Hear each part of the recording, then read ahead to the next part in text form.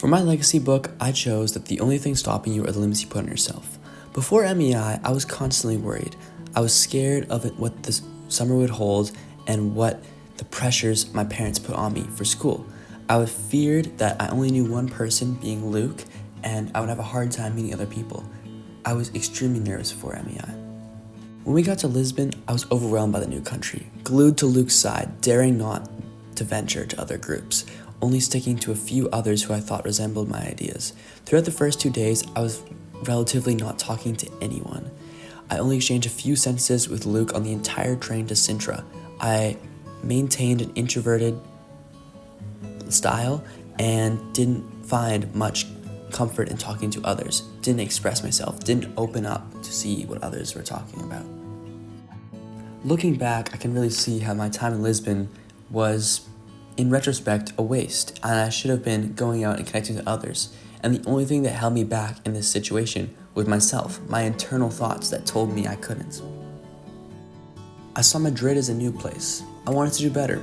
I started trying to get on my show more, trying to talk to other people. This was a small effort I made just by speaking to the people around me. When we got to Madrid, me and Luke had different rooms, so I knew I would be seeing him far less than earlier on the trip. This fueled my fear of being left out, being alone, and it almost propelled me into talking to others and meeting other people.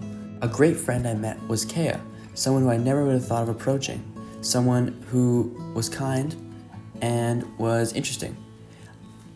My fear was limiting me, holding me back, and I know I would never have been as this close with her if it were not for the Shakespeare rap and being forced. Barcelona was a big step for me. In the sense of connection with others, I felt I had a great foothold in the group.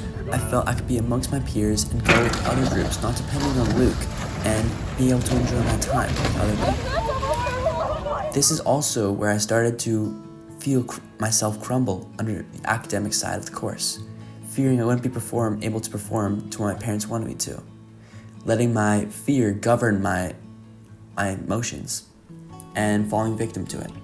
Thanks to my peers like Eric, I was able to overcome this idea. Through late night working sessions in the halls, he helped me understand that it's not about fearing and I should just go and do it. And it is not worth the time to be scared of something. Paris was the first city where I truly enjoyed the trip, feeling a weight gone from my shoulders, thanks to the help of Eric and our friendship, teaching me about overcoming my fears and just going for it, and it's starting what I was dreading. Paris was where I got to enjoy the art pieces of the Louvre and laugh at the locals who lived in the fashion capital of the world but still wore bad outfits. Guys, say hi to my dad. I felt a sense of belonging and no longer was inhibited by the idea of fear I previously held. Heidelberg is where I started to go above my previous actions, trying to teach them to other people on the trip, trying to lead. I wanted to be someone that others could look up to. I got that, big dog. Thanks to the group of people I was in and the friendship that me and Eric now had, I felt that I was in a position to do this. I could lead others. I could lead by example. In Heidelberg, we also went bridge jumping, and I decided not to jump when we did. Even though I may regret this decision, I'm happy I didn't go because I stood by what I thought was my best judgment. And at this point in the trip, I had a hard stance, and I would not fall victim to peer pressure. This is a big moment in the trip for me, as I no longer felt the need to just do things for others. Switzerland was the part of the trip where I got to expel the most. This was my favorite destination, even though I thought it wouldn't be. I got to hike up a mountain with some of my closest friends and experience a view like no other. I made the journey up to see a sunrise hike, and I got to call my parents right after the sun rose. Some of the best memories and an overwhelming sense of freedom came from being in Switzerland.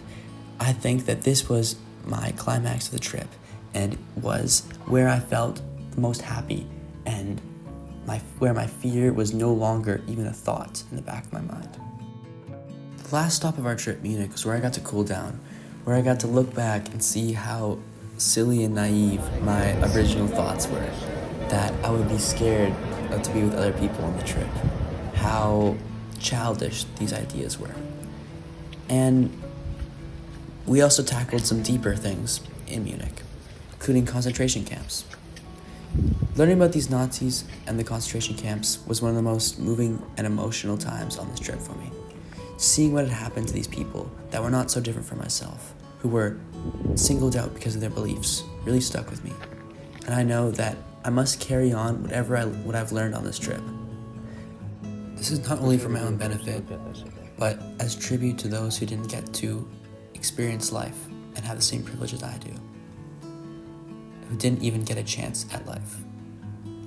So I will carry the idea that only barriers stopping me are the ones I set for myself. And I will do things that will make those people proud.